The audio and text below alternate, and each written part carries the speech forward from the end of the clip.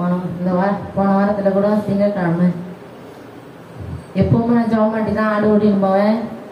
பத்திரமா பார்த்து கூடவே சுற்றினே இருப்பார். எங்கெல்லாம் மேய்தோ அங்கே தான். ஏன்னா அது பாம்பு கடிதான் என்ன கடின்னு தெரியாது. அதனால் அது கூடவே இருந்து பார்த்துனே இருப்பேன். கொஞ்ச நேரம் கழிச்சு அது அந்த ரோட் சாலையில் இருக்கிற எங்கள் பொன்னியம்மா கோயிலுண்டா அங்கே ஒரு துவரஞ்சாலை விட்டு இருந்தாங்க. இது அந்த சைடில் போயிட்டு இருக்குது ஆடு. சரி நம்ம போயிட்டு ஆள் வரதாட்டி ஓட்டிடலான்னு சொல்லிட்டு ஒரு 100 அடிக்கு முன்னாடியே இருந்துன்னு சின்னதாக கல் தான் எடுத்து வீசி எறிஞ்சேன். அந்த ஆட்டு மேலே விழுந்து போயிடுச்சு அப்படின்னு சொல்லிட்டு தான் நான் மூலமாக போனேன். அங்கே போய் பார்த்தா குட்டி ஆடு மாறுக்க ஏற்கனவே 2 குட்டி போட்டு இறந்து 1 வாரம் தான் ஆச்சு. அது வேதனையாக ஐதுலேயும் சேசப்பா அது வேதனை நீங்கள் தான் தீர்க்கணும்னு ஆண்டவர்களில் ஜெபம் பண்ணிட்டு தான் இருந்தேன். அந்த குட்டி ஆடு தலைமலை விழுந்தாது என்ன பண்ணிட்டு உயிரே போயிட்டு எனக்கு என்ன பண்ணுறதுனே தெரியல. ஏசப்பா நல்லா ஆடு ஏசப்பா. அது அந்த ஆடு மதிக்காதுருவானா இது அப்படி இல்லையே. இதுமாரி விழுந்து உயிர் போயிடுச்சேன்னு எனக்கு அந்த நேரத்தில் ஒன்றுமே பண்ண முடியல. ஏசப்பாண்டோ நான் துடிப்பு இருக்கு.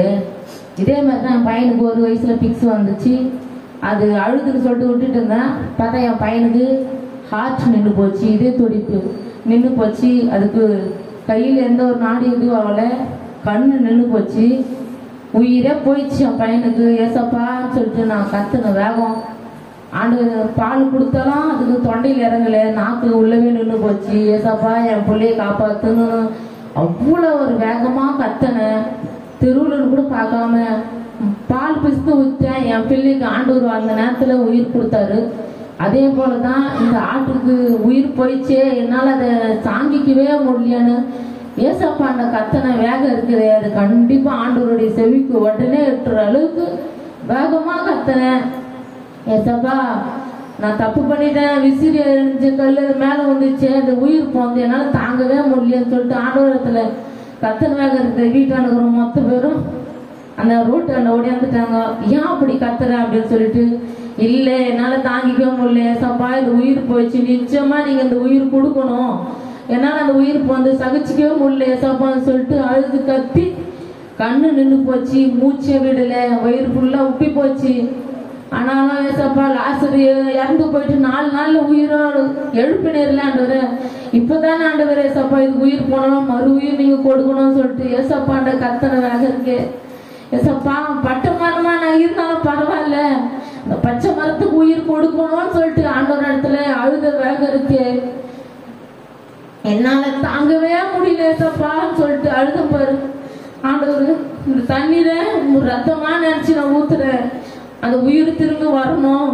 திரும்ப அந்த ஆடு கத்தணும்னு சொல்லிட்டு ஆண்டவர் இடத்துல அழுத வேக இருக்கு.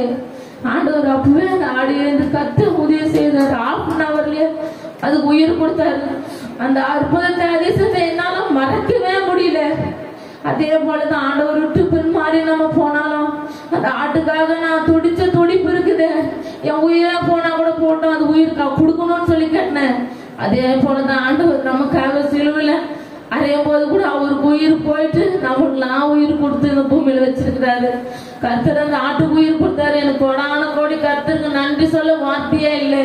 எந்த ஒரு அற்புதம் யாரால செய்ய முடியும்? ஒரு உயிர் போய் திரும்பி உயிர் கொடுக்கும் நம்ம ஆண்டவர் செய்தாரு.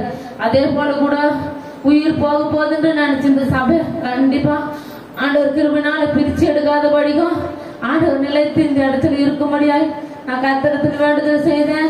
அதே போலதான் தருன்னு சொல்லியிருக்கிறாரு. ரெட்டிப்பான நன்மை உனக்கு தருவேன். என் சபையை நினைச்சு நீ வருத்தப்பட மகளன்னு ஆண்டவர் சொன்னாரு. அதே போல சபை நினைச்சு நிற்கும். கர்த்தர் இப்படிப்பட்ட ஒரு சாட்சி எனக்கு கொடுத்தாரு.